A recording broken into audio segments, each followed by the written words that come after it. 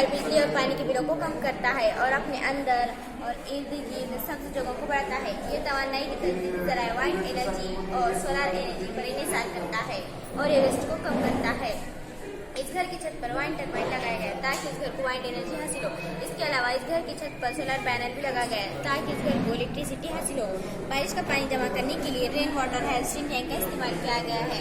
इस टैंक की pipeline garden से की गई है ताकि ये पानी गार्डन के इस्तेमाल हो। इसके अलावा ये पानी हम रोजमर्रा के घरेलू इस्तेमाल के लिए कर सकते हैं। मिसाल के तौर पर कपड़े धोने के लिए, बर्तन धोने के लिए, रोजमर्रा की वेजिटेबल्स इस घर के छत पर लगाए गए हैं ताकि इस घर की जरूरत पूरी हो सके।